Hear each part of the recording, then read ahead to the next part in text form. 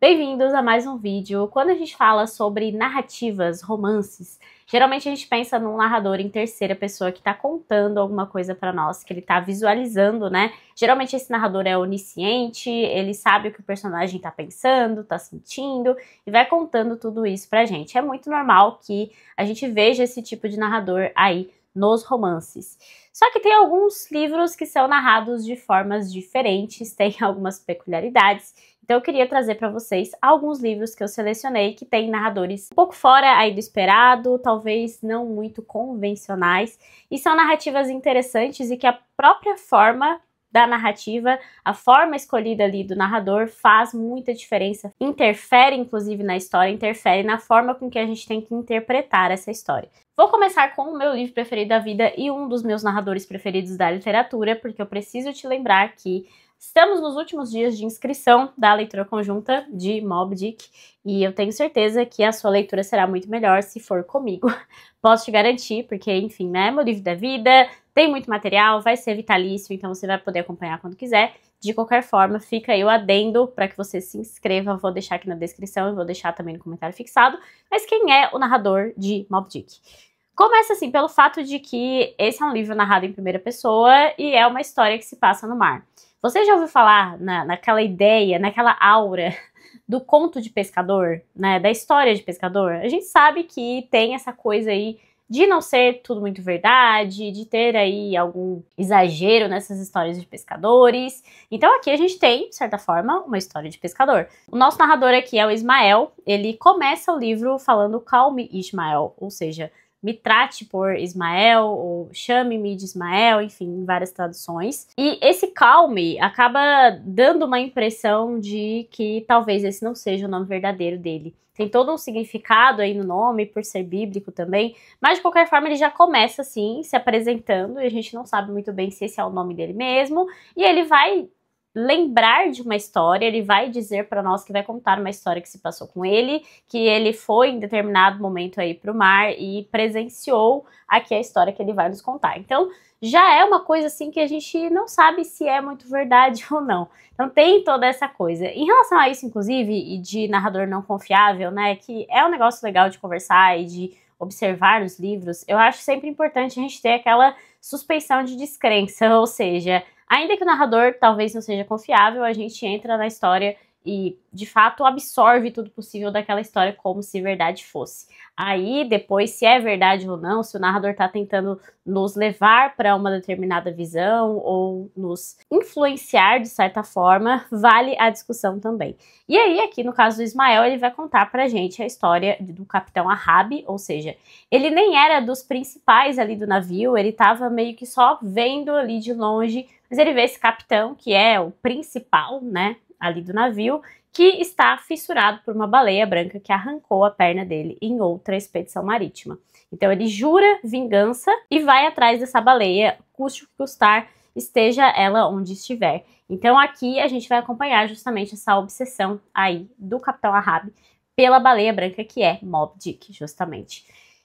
Então, a própria figura, né, do narrador já é bem instigante, já é algo que deixa a gente curioso, e o Ismael é um narrador que eu amo porque ele é bem engraçado, é irônico, acontecem coisas aleatórias ali com ele, que ele começa contando pra gente, e ele vai, assim, de uma comicidade pra algo mais obscuro, mais sombrio, de uma forma, assim, impressionante. Ele reflete muito, ele vai começar devagar, ele filosofa no meio do texto, enfim. É um narrador interessantíssimo, que eu gosto bastante, não é à toa, né? É o meu livro preferido, então não poderia ter um narrador muito convencional ou uma narrativa muito normal, digamos assim. Aí eu acho que a gente não pode falar de narrador não confiável, narrador que é fora do convencional, sem mencionar o nosso brasileiro, Dom Casmurro, de Machado de Assis. Porque aqui em Dom Casmurro nós temos uma narrativa em primeira pessoa também, né? Que são memórias deste Dom Casmurro, do Bentinho. E ele basicamente, o que ele faz aqui é tentar convencer o leitor de que ele foi traído pela Capitu. Então, todas as nuances, tudo que ele observa dessa personagem e as interações dela com o amigo dele, enfim, tudo isso é descrito de um jeito que a gente precisa ficar assim de olho e prestar atenção se ele está tentando nos influenciar ou se ele está contando mesmo o que aconteceu. Então é um narrador não confiável, né, muito importante da história da literatura.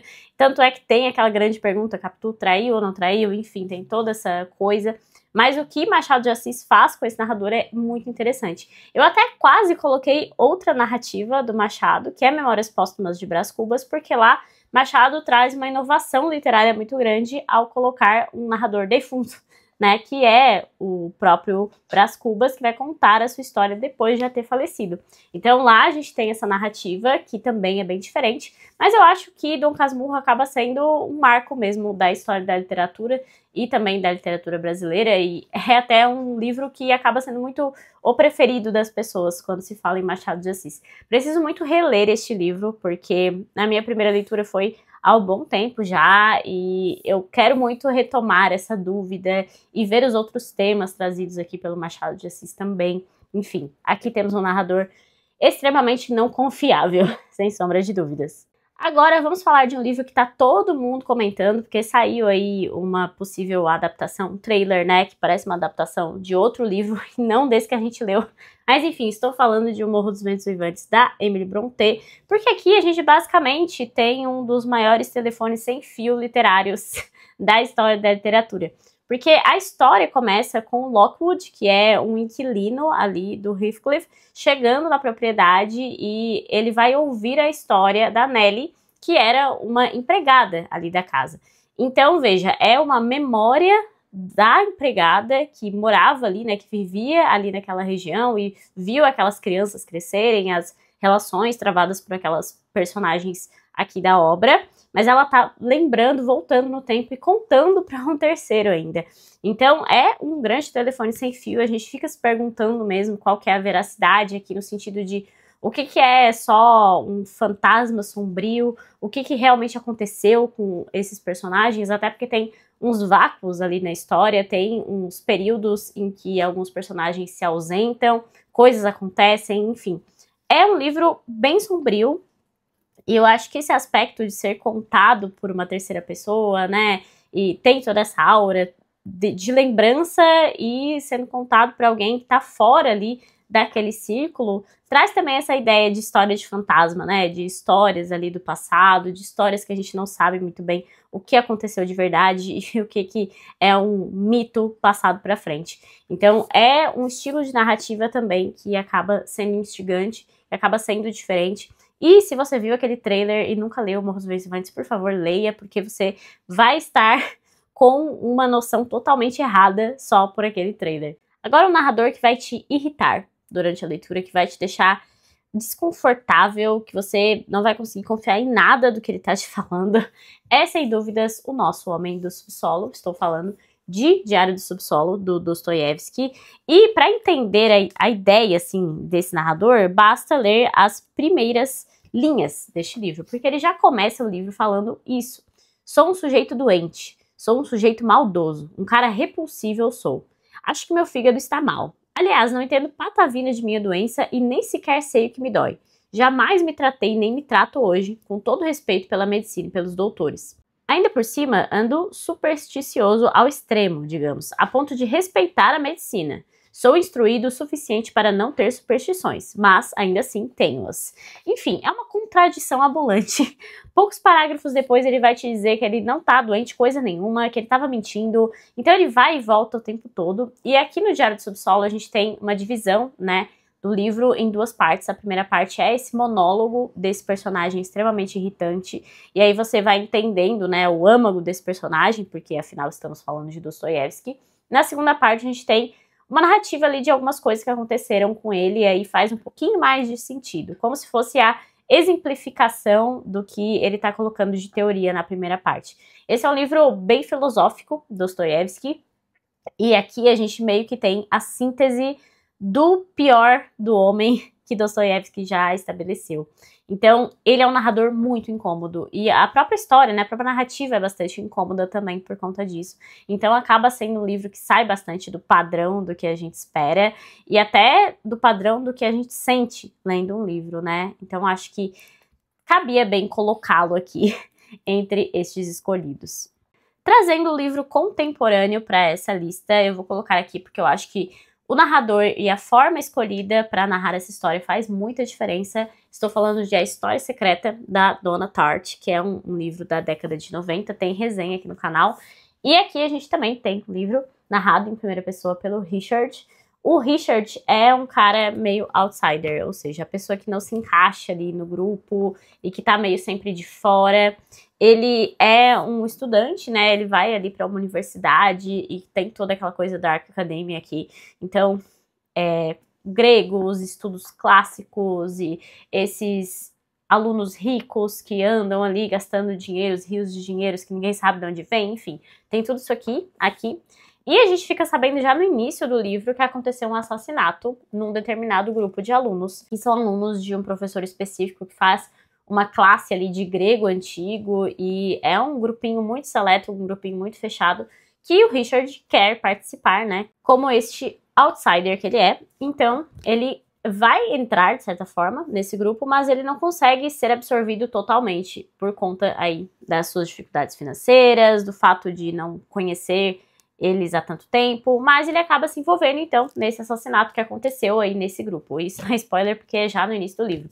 E o nosso narrador aqui, o Richard, ele meio que vai tentar influenciar a gente pros sentimentos que a gente tem com a pessoa que foi assassinada e meio que justificar o que aconteceu. Então é uma história bem de suspense e o próprio narrador está envolvido, então, nesse suspense. A gente precisa entender até que ponto ele se envolveu, se ele realmente é culpado de alguma coisa, quem é o culpado. Então, ele vai trazendo para nós, né, o seu ponto de vista de todos os personagens, e a gente não sabe muito bem o que é verdade e o que não é nessa história. E, como eu falei, isso tá no âmago aqui do suspense do livro. Então, eu acho que a forma com que o narrador foi inserido aqui parece ter funcionado para a ideia da escritora. Esse não foi um livro que eu amei, inclusive eu falo bastante sobre isso na resenha mesmo, né? Foi um livro que eu gostei de ter lido, me surpreendeu, assim, na escrita, eu gostei da escrita da Donna Tartt, mas não achei, assim, uau, a história espetacular. Enfim, quem quiser saber mais sobre o livro tem uma resenha completinha aí, mas eu acho que ele cabe nessa ideia de narrador que é inserido na história para um motivo específico, e esse motivo de fato faz sentido. Por último, quis trazer aqui um livro que é uma narrativa epistolar, ou seja, tem troca de cartas, e não só a troca de cartas entre os personagens, mas história dentro da história nessas cartas. Eu estou falando de Frankenstein, da Mary Shelley. Esse livro aqui é todo epistolar, né, e não só é epistolar, mas como eu comentei ali, basicamente aqui a gente tem a troca de cartas, primeiro do Walton, que é esse personagem que vai aparecer primeiro, e depois vai aparecer de fato a história do Dr. Victor Frankenstein, que foi quem construiu a criatura. Criatura esta, então, que recebeu a alcunha de Frankenstein depois, mas em nenhum momento do livro a criatura é chamada dessa forma. Então acaba sendo aí uma narrativa em camadas, né? E você fica se perguntando, então, como que a gente sabe que tudo isso aconteceu e de que forma isso está sendo narrado pelas pessoas envolvidas e se essa forma de narrar também interfere no livro. E mais uma vez é um livro com bastante suspense, né? Com toda essa perspectiva gótica e com essa ideia mesmo de grande livro de terror. Não acho que seja efetivamente um livro de terror, e também tem resenha dele aqui no canal, inclusive lá no comecinho do canal, quando eu decidi fazer leituras temáticas aí de Halloween e tal. Mas eu não sou muito fã desse tipo de leitura, no final das contas nem sei se vai continuar esse tipo de projeto aqui, mas de qualquer forma eu acho muito válido ter contato com esses clássicos aí, né, que trouxeram histórias que são repetidas aí em filmes de terror e tal, como é o caso de Frankenstein, como é o caso de Drácula e o Magic Monstro. Então são livros que valem a pena mesmo se você não curtir muito essa ideia do terror, do horror, como é o meu caso. Mas Frankenstein é um livro que tem também essa ideia, né, de construção narrativa como algo importante para você observar e ficar nessa descrença e ficar pensando o que realmente aconteceu, o que não aconteceu nessa narrativa. É óbvio, né, que todos os livros aqui são livros de ficção, por óbvio, não aconteceu na realidade, mas esses elementos são interessantes, são importantes para a gente prestar atenção na narrativa. Como eu falei, por exemplo, Dom Casmurro, o livro é construído para você acreditar no narrador. A História Secreta. O livro é construído para você criar alguns preconceitos, algumas ideias pré-concebidas em relação à pessoa que foi assassinada. Então são elementos ali que deixam o livro ainda mais rico por conta do seu narrador. Por isso que eu quis trazer para vocês essa seleção. Contem aí nos comentários se vocês já leram algum desses livros aqui, ou se lembraram de outro narrador inusitado, diferente, que foge um pouco do convencional. Se você gostou desse vídeo, deixe sua curtida, inscreva-se aqui no canal, porque isso me ajuda bastante, e até o próximo vídeo.